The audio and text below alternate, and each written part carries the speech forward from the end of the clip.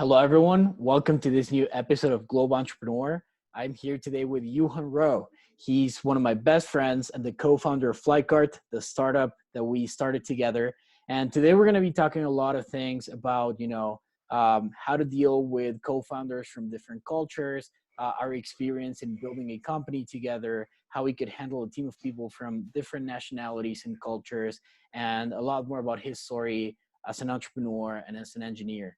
So Johan and I met each other at school at Purdue University when we were taking aerospace engineering together. And, he came up to me with this idea about a NASA project that was really, really cool. And that's how we got to know each other. So Johan, why don't you tell us a little bit more about what that NASA project was specifically and how that went? Yeah, so NASA project was about the flying car and its accommodating city. It was really cool actually because we got to build a flying vehicle and the city that flying vehicles will have. So I work with aerospace, mechanical, civil, industrial, and technicians all together. And I got to be a project lead and also was in charge of recruiting. So I got to invite all my friends and got to work on this year-long project. It went really, really well. And yeah. Yeah. So what do you mean by it went really, really well? Yeah, so after 8 to 9 months of work, we submitted our conceptual design report, and then NASA selected us as a winner. So we got to actually advertise and show NASA people about what we did, and they really liked it. And yeah, I think a lot of my teammates actually used that connections in NASA to get their jobs, and then I think that we really promoted the flying vehicle to more people in the world to like be aware that this is going on. So That's amazing. And why did you get interested in flying vehicles in the first place? as an aerospace engineer, anything that flies really caught my attention, and it's a high technology. And then I'm always interested in complex, high technology that hasn't been implemented yet. For Okay. that reason, flying car was, at the right time. It was presented to me by a professor that I was actually interested in working with, and then, yeah, and then that's kind of how it all started. Wow, that's super cool. And tell us a little bit more about you, like where you're from and sort of where you are right now and your sort of the different countries you've lived in and your experience as a global entrepreneur. Yeah, so I'm from South Korea. I moved to US when I was about 12 or 13. And then I was educated my junior high school and then college. And then now I'm in DC with a full-time job. As a global entrepreneur, I was always curious about trying new things. I always was keen on trying different things and being involved with the people who's always full of idea and wants to get more things done. And then for that reason, I always keep my options open and I always keep myself aware of many things besides just aerospace engineering. Um, yeah, so that's kind of how it started. That's kind of who I am. That's really good. Yeah. So, tell me a little more about, so what happened was I actually couldn't join this NASA project that Johan was working on because it was only meant for US citizens because, it had to do with some military technology and regulations. But what was really cool is that we still got to share a lot of ideas back and forth about, different projects and cool technology. And that's how we got to know each other in school. And that's where we started becoming closer. So why don't you tell us a little bit more about the transition from a flying car to a flying cart? I think that was, what did you think at first when I came to you with the idea? It was really cool, setting aside the idea, which was very innovative. I just like the fact that I like working with people who are always passionate, energetic. I like people with clarity and thoughts. I like people with very sure of themselves. It's something about that just really attracts about working together and all that. Yeah, for me, it wasn't a surprise. The fact that Juan Pablo was involved in many different things. He was a very curious person. He was very assertive in like what he wanted to achieve, and yeah, that was a good enough reason for me to kind of go from nothing to a flight cart. And in the beginning, I didn't really think the idea would work. And then as we can testify that our initial hypothesis idea was completely different than where we end up. Yep. For that reason, we went through the evolution of ideas together. But in the beginning, it wasn't more about the really idea. It was about the person I work with. At first, I was more skeptical. Obviously, we're doing a startup together, which we've never done before, and that comes with a lot of doubts. And it is, to be honest, it's a little scary because now it involves money, and your time.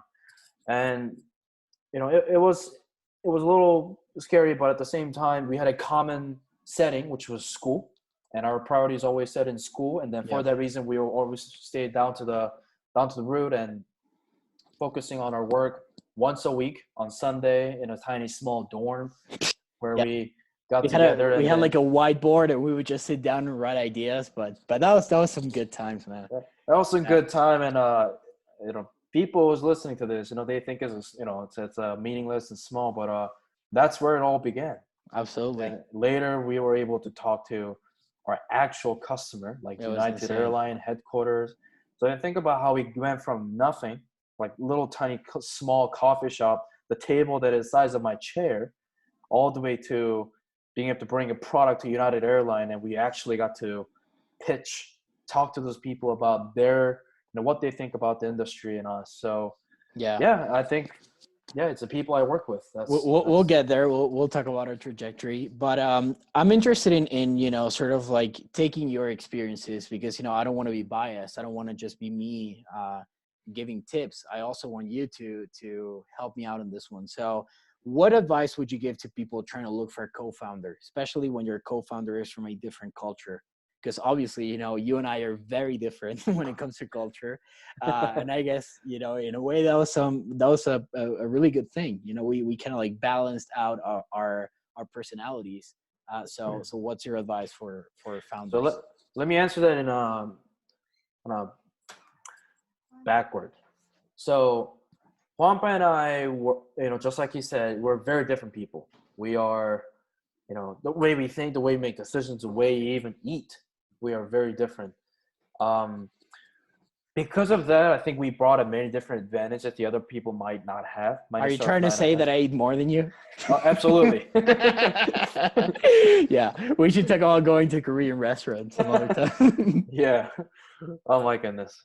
But yeah, it's just like we're very different people. I would like to say that I'm very analytical. I like to question why things are the way they are. Mm-hmm.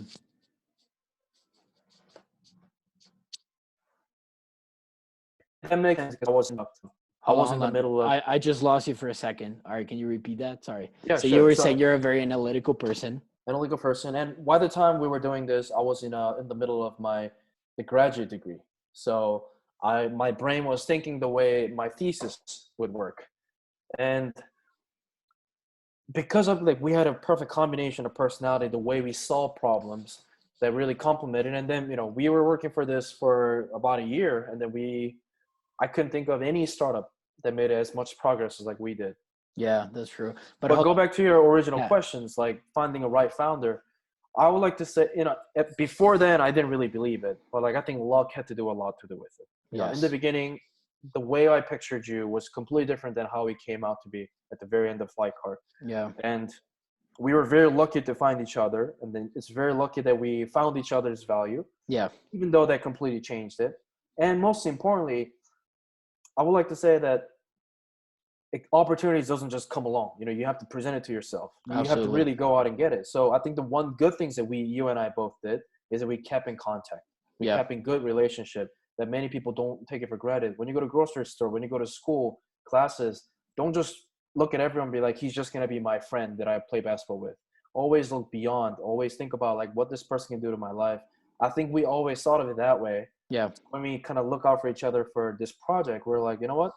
I always knew Yuhan or Juanpa as someone I can have tea or dinner with, but maybe I can do this too, now that I know about his other projects. So I think that's what really got us be smart about reaching out help and be part of the project. I recommend all the other co-founders who's looking for their co-founders, always look for your contacts and see who can be valuable, and try to look more into their really inner side of their personal goal. Are they do they have a good work ethics? Do they have good relationship with friends? And it's gonna matter all. So I think all together, I think that's what helped us found it. And then I think other people did the same. And I also think it has to do a lot with respect and sort of like past experiences. I feel like in a way, we really clicked very well because we both had a lot of respect for each other. And, every time we had sort of, we would argue, when you're a co-founder, you just argue all the time with your co-founder, right? Because like it gets pretty ugly at some points, right? Because That's you right. you you both have different ideas and you have to come to common ground. And I guess, what was hard for us was that, I'm very passionate about things and I'm very emotional. And at the same, and, on the other hand, you're very analytical. So it was this, you constantly trying to challenge my views and me trying to do crazy things, saying, let's just spend $10,000 in wheels or whatever it was, and you were like, what the hell are you doing? It was just a constant fight. But I guess that's why we were able to build, such a nice startup and such a good culture in our Right. company because of this balance that we had with each other. Um, but yeah, I think when you're trying to get a co-founder, it's very important to share common interests. I think we were both interested in space. We were both interested in technology. We were both interested in launching new projects, and that's where I think we came close together and we worked on things. We would just yeah, And that most importantly, we both were very hard worker in anything. yeah, That's one thing we had in common as we studied the same major is that, what we studied was very hard, especially in Purdue University. And we both grind and then yeah, don't sleep until we get our work done. And then yeah, something about that really kind of puts a different trust yes, than any other trust you have with others. So yeah. that was also one thing. Absolutely, because we knew that we were both really hardworking. We would just not stop. Yeah. Yeah, for sure. So tell me a little bit more about, your transition from grad school and sort of trying to pursue projects in a way of like academia research to entrepreneurship and being practical and just doing things in other ways. So why don't you tell us a little more about how our startup, how FlykeART really changed your vision from academia to being practical about building things? Of course. So, in grad school, in academia, when you're pursuing for grad degree in thesis or non-thesis, it's very education, academia specific. You don't really have to think about revenue models. You don't have to think about how much it's going to cost, how is your ideas going to actually adapt to real society. You Yeah. just have to develop a new technology. And a lot of them has to do with the relationship with the people who are giving you money to do the research and writing papers. Very different than startup. Now, FlykeART, the entrepreneurship, the startup in general, is you have to think about everything. Yep. Although I would like to think that startup is more like, if there's like a bunch of tools in the middle of the sandbox, how are you going to actually grab those tools all together to make something nice that other kids can be attracted and play with? Hmm. So it's more like knowing how to use our existing resources and make it available to others so that they all can enjoy. And possibly because you're the one kind of assembled it all together, might as well make some revenue off of it and make a company that provides the solutions to other companies. So Hmm. I think that's a main difference. Doing that requires connections, knowing how to talk to others, managing people, and we're talking about every human qualities you can think of Yeah. that needs to be applied to startup. And I said, when we talk about this many times to many people, startup isn't a profession; it's a lifestyle. Yeah. Juanpa and I were privileged enough to go into be part of the YC community, which is a Y Combinator, and we got to meet all this amazing people and we got to watch all these lectures, and they always talk about the lifestyle that only entrepreneurs have, unlike any other profession. Yeah. And that is something that you can only get if you truly experience it from the bottom up to a hard grind. And whether it's a fail or success, it's a very valuable thing. It's very rare. So it's really hard to put into words, but imagine a technical, side and the business side all together. Yeah, human skill, emotional intelligence all together is kind of the combination of what the FlykeART offered to me. Yeah. And I guess, one main difference that I see is just like you said, there's a big component to a company, which is management. And I feel like when you're in school, you only get to work with teams because you're assigned into teams and you don't really find people to work in teams for the most part. So, at one point we were like 11 people in our team. So what was your experience sort of trying to dealing with different people from different cultures what's crazy was I don't know if you remember well, but in our team we had people from China, from Venezuela, from Argentina, from Colombia, from Korea, from the U.S., from everywhere around the world, and that was kind of also hard to sort of balance everyone's interests and everyone's personality. How was your experience with that, and what did you learn from managing our team? In the beginning, as a co-founder who was a leader of the team, it was very difficult. I'm not gonna lie. Yeah, Especially it's not a design project; it's a startup. it was really hard. Yeah, I had to make sure that everyone's motivated. Just because they feel confident to be on the stage doesn't mean they're prepared. yeah, My expectation is different than other people's expectations. Work ethics, the way they talk, the way they behave outside of the startup, inside the startup, everything. I'm not gonna lie. In the beginning, I struggled a lot. yeah. I think also the biggest struggle was when we first started. We just had an idea, so we would just change what we were doing every single week, and people would get frustrated, right? But that's part of it. I mean, you just have to constantly pivot until you get to a stable point. I feel like what happened was that all of these guys that joined our team at first, they thought they would have like a fixed sort of tasks, or like like something specific they would do, and it would just be one thing. And I think that's a misconception, because when you're in a startup, everything changes all the time. It's chaos. Exactly. Just like school projects, people are expecting like a set requirement, set deadline, and then once you meet it, you're done.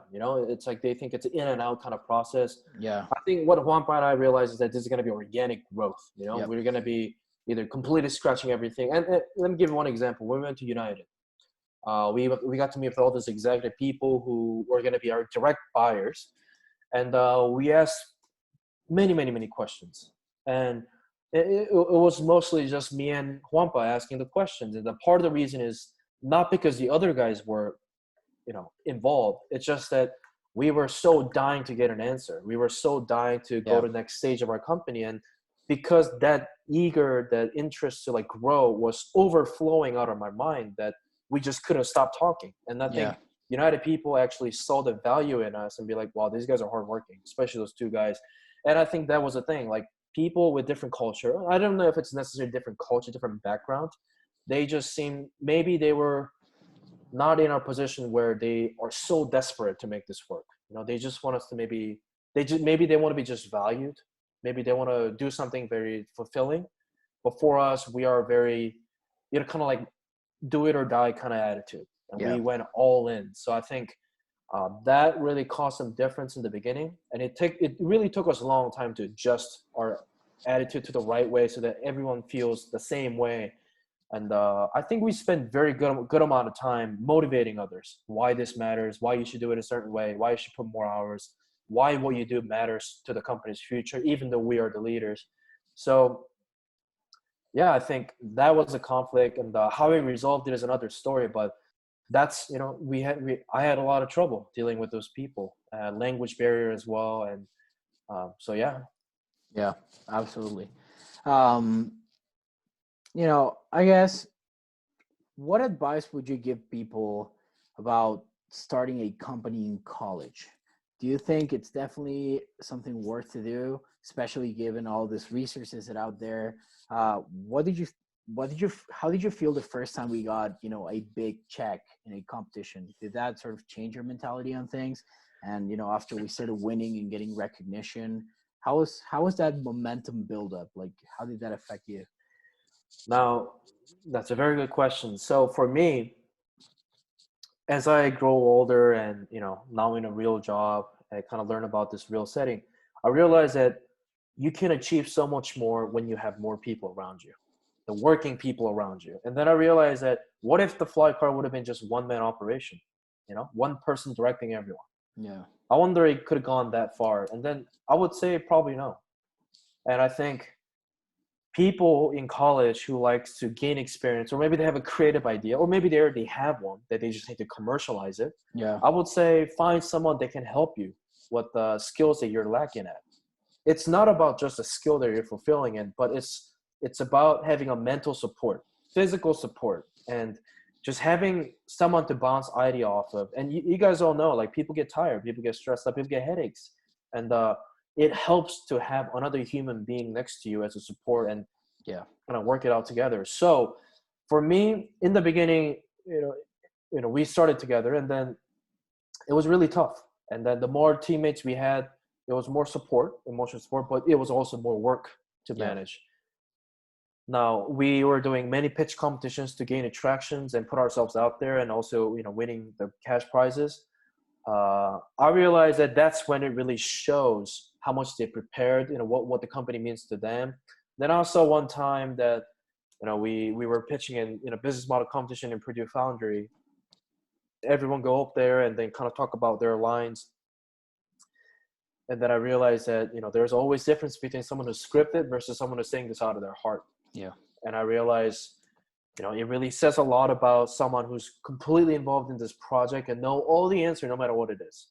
And yeah, so you just gotta have to find someone who's good at something without knowing why they're good at it. You just have to find someone like this, someone who's just good at public speaking, someone who's just completely passionate. And talk about the passion. You need to find someone who's completely, like, ignorantly passionate about something as well. Like, you just need that energy to keep it going. You can't just have a bunch of CS people and hope to make a Google out of it.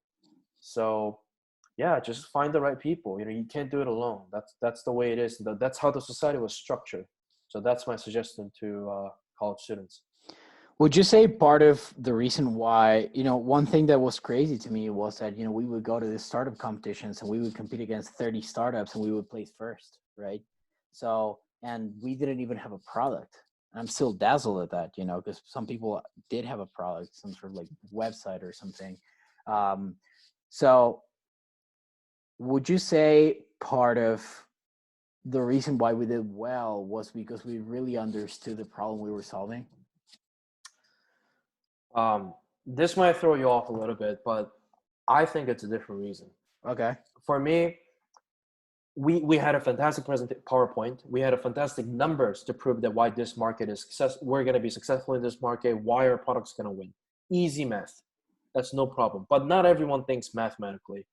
I think the reason why we were able to do so well in the pitch competition was because we were able to show that why this is going to be successful through our words and emotions and facial expressions. We were so sure of what we're pitching.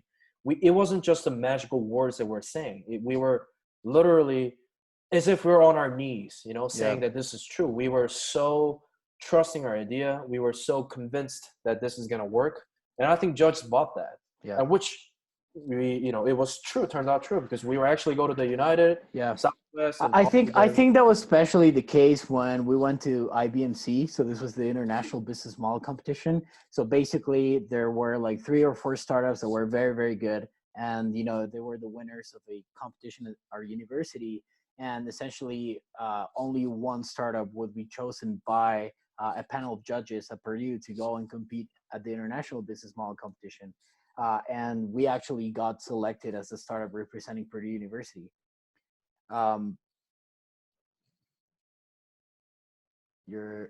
Okay. There you go. We're back. And I feel like the reason why we got selected was because, I don't know if you remember, but you were back at DC and you were in Congress sort of talking with people about technology in space. And, I think I was back at Purdue, but I was super busy doing something. I don't know if I had exams for like, I had like 3 exams in a row or something.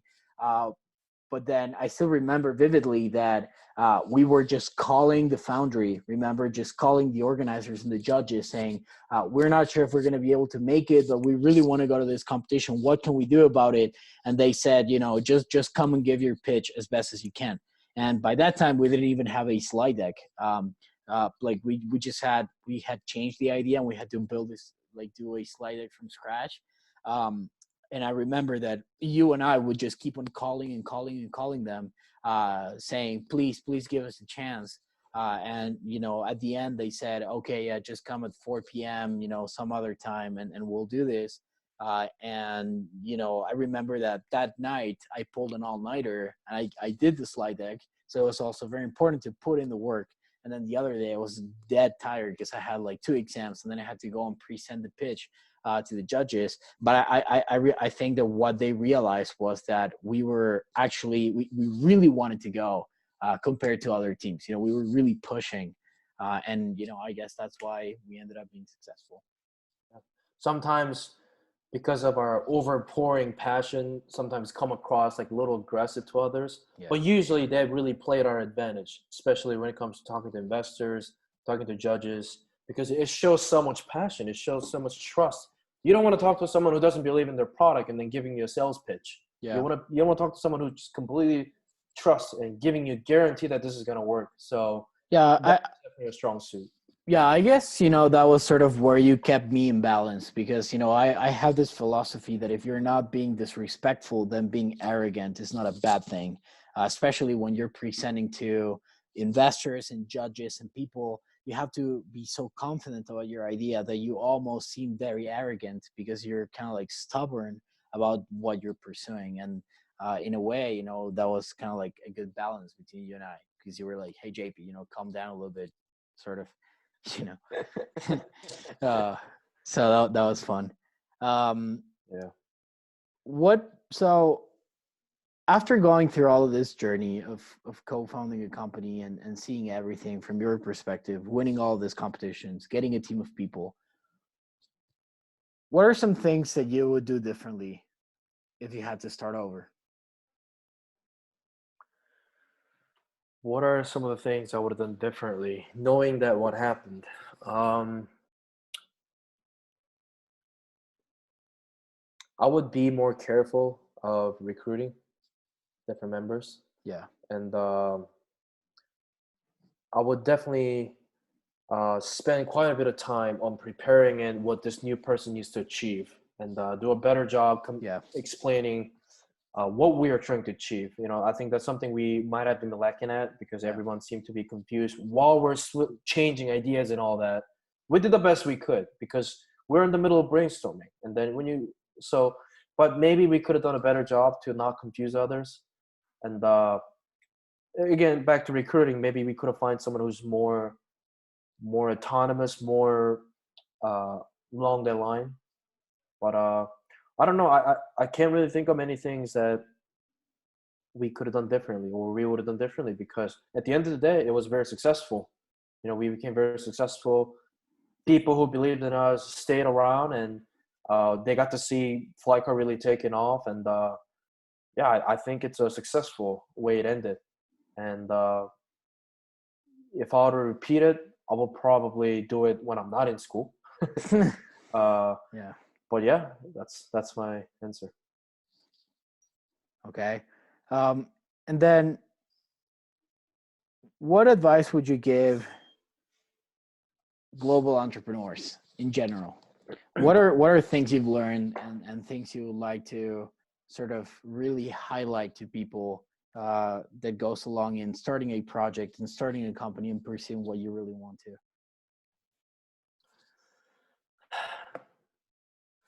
Know and understand and read a lot of different cases. Before you jump into startup, try to understand what's been done before. Yeah. Many people's example. Well, one thing Juanpa and I did many times is that we always talk about other entrepreneurs. Yeah. We always talked about other innovators, how they fell apart. And then we don't just talk about business, we talk about life and how this entrepreneurial life is going to fit into our personal lives. And that's when we realized that we're very different people. Even though we had the common goal, the way we think, the way we want to achieve in life is very different. I say this to many times. Many people think that startup is a job or side job or hobby. There is not a side job. Yeah. It is a lifestyle. Yep. It's almost like once you get in, it'll change who you are. So you need to be careful of what you're getting into. It is great that you have interest in startup and kind of jump into this scary, environment, but at the same time, be smart. You don't just go to a gun range and shoot around. You got to properly trained, know what's been done before, what's the accident, what happened, all that. So you got to do the same thing for a startup.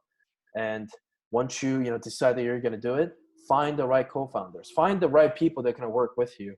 Because once you do, when you have the right people, or when you have the people that you can make a perfect group, you're going to realize this is a very, very fun and worthwhile journey that you're going to have. It's going to be grueling. We can testify that big time. It's going to be grueling. It's going to take a lot of your time. You're going to be frustrated with money, everything. That's why it's a startup. That's the difference between making something out of nothing versus joining something that has been established for a long time. Yeah. You're going to be your own boss. That doesn't mean you have a freedom. That just means you have more responsibility you have to live it up to. Yeah. So, be thorough research on what you're getting into. Talk to many people, like Juan Pablo. He's doing this podcast, interviewing different people. He would have a good perspectives on other people might think, what their opinions about startup. He will give you a good insights on what it's like, and it always doesn't hurt to gain more perspective. So that is my advice. Yeah, that's very good. And how about what would you suggest people on sort of traveling and living different experiences? I guess this is something we haven't really talked a lot about, but one thing I guess you and I share in common is that we've been to many countries and we're very interested in cultures and global issues and traveling. Uh, why don't you tell us a little bit more about sort of your experiences and where you've traveled and how traveling has changed you as a person? Traveling is always, I think this is actually scientifically proven that when you gain more experience, exposed to different exposure, it opens your horizon, it opens your perspectives, and that really helps you become mostly appreciate but aware of where you are in terms of a big global scale. Yeah. I think traveling is very important, and language, human culture, uh, method of communication or art of persuasion is just like something that you just gotta have to see from outside. You can only learn from so much from your own bubble. You have to see what's out there, and it's incredible how human civilization has evolved this far without killing each other more. That says something about human found each connectivity or community to work together, and something about that different communities in different countries and different cultures, they work in different way. Just like how Juan Pablo and I have a different culture. You know, he's an Argentinian, I'm Korean, but we are pretty much American by heart because we lived in the U.S. for a long time. But Yeah. we are so different down to core. Yeah. The way we treat people, the way we prepare food, the way we greet others, think. So I think I think setting aside the startup, I think it's a very important human essential skills that you should have, which is knowing how to travel, knowing how to make friends, knowing how to be exposed to an area that you're not familiar of. I think that's going to really open up a whole new human elements that you might not have noticed. Absolutely. Yeah. Just getting out of your comfort zone and living new things. That definitely Yeah. helps. Um, is there anything else you'd like to share? Any thoughts? Of course. Startup is it can be very scary and it can be very discouraging, especially when you think you're alone. It's very overwhelming task that you have to accept.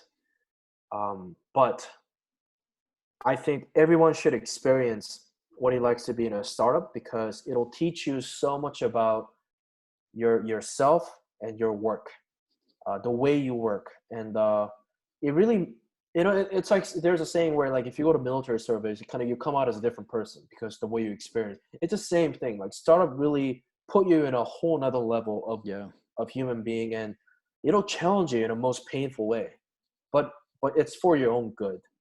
Um, I suggest everyone who's watching this podcast or interested in startup definitely, listen to this podcast and kind of reflect on yourself and see if this is something you wanted to be part of. Yeah. And if you're not sure, try it. What's gonna be? And That's always right. talk to someone like Juan Pablo's providing this podcast, or anyone around you that you have near contact. Ask them about what it likes to be a startup entrepreneur, and I think you'll be very surprised, and you'll be probably surprised that the more you talk about it, the more you're getting sucked into it. Yeah. So it's And just then you're just stuck in there. You just can't exactly. get out. You're You're screwed. you're too late. You're too Yeah, late. you're So, in. but it's great experience. Yeah. There is a reason why there is not many startup people out there. It's a unique requirement and skill set that's required for you to be successful. Yeah. And I'm just glad that I did it. Would I go back and do differently and focus more on school? Absolutely not. I think this is a valuable experience. I will probably have another startup in the future. I will probably get involved in a startup or having an entrepreneurial mindset rest of my life. So Yeah, I think it's not about building a company. Again, that's something I really highlight a lot. And I think like a lot of people think that being an entrepreneur is building a business, which I don't think it's that way. no, I feel like being an entrepreneur is really sort of pursuing projects and things and not necessarily building a business around it. And because if you just accumulate experiences at one point, that will create impact in the world. It's just a that's right. matter of finding those experiences and always trying new things. So I feel like all of our trajectory with learning how to do business competitions and public speaking and traveling throughout the US and just meeting a lot of startup founders that also had like really cool ideas. Remember at IBMC we would just share experiences with other founders and feel how they sort of navigated through building a company and pursuing a project. I feel like that was super cool. That's right. Um, yeah, It's really a lot to do with the human connectivity, yeah, relationship. You're gonna learn a big time of working with others, and even reputation in general. Now that you're kind of up on the stage, you have to make sure that you're always living up to people's expectation if you want to get your startup successful. Because yeah, now that you're gonna be on the spotlight, people are gonna watch you. yeah, So that's another thing Juan and I we always agreed on is that we are very straight-headed people. We yeah, we always know what's the right or wrong thing to do, and we kind of live by it. And I wouldn't say we are troublemakers. We always live by, you know, the unspoken codes that we never broke. So, that's something you're also going to learn as well. That's what I meant by you kind of grow up. Just like you're going to a boot camp and be a different person. That's what Well, it is. and I just want to ask another question. Were you afraid of anything, or were you fearful that something might go wrong when you were doing this? Of course, I mean, I think there's a difference between fearless and not even knowing that there's a fear. Um, Obviously, there are many times that I doubted whether this is going to be successful, and most importantly, doubting my colleagues and my teammates. And I'm not going to lie, there were a few times that I thought this is never going to go anywhere. But overriding that emotions, and then that's go back to what I said about finding a right co-founder, right teammates. That's what's going to really help you when you have a connected community or support. Then you will less likely to give up, because that's just how human are. Our human, like biochemically, we were born to live in a pack. Yeah, So when you have a support, you're gonna realize that you have a much bigger strength to overcome a bigger fear. So yeah, absolutely. I mean, there are many fears I did, but we always conquer those all together. And the one thing we did very well in this FlykeART is that we always shared how we feel, yeah, what we think our problem is gonna be. yeah, Money has been always our problem. Immigration has been always our problem. Other teammates, they're talking to our customers, pitch, but we always solve that together. So I yeah. think that was yeah, of course, you're going to be fearful all the time, but you got to overcome it, just like anything in life. Yeah, absolutely, 100%. All right, well, thanks, Yuhan. This was a really cool talk. For everyone interested in knowing more about Yuhan, I'm going to post his NASA project in the description. I guess in later episodes we could also talk about space technology. I think that'll be very cool. Sort of talk a little bit more about being global, not just as sort of entrepreneurs, but as a species in general, and our interest in space. I guess that will be a later episode that we could do together. So stay Sure. tuned for that. We would also love to hear more about what you're working on right now and your experiences as an aerospace engineer specifically. So not just talk about your entrepreneurial side, but also your technical and scientific side. I think that's going to be very cool. Of course. um yeah, so thanks everyone for watching. Please subscribe to my channel at Globe Entrepreneur. You can also find me on TikTok, and please like our videos and write in the comment sections if you have any questions for either Yuhan and I. So thanks, Yuhan, and thanks everyone for watching. All right. Thank you. All right.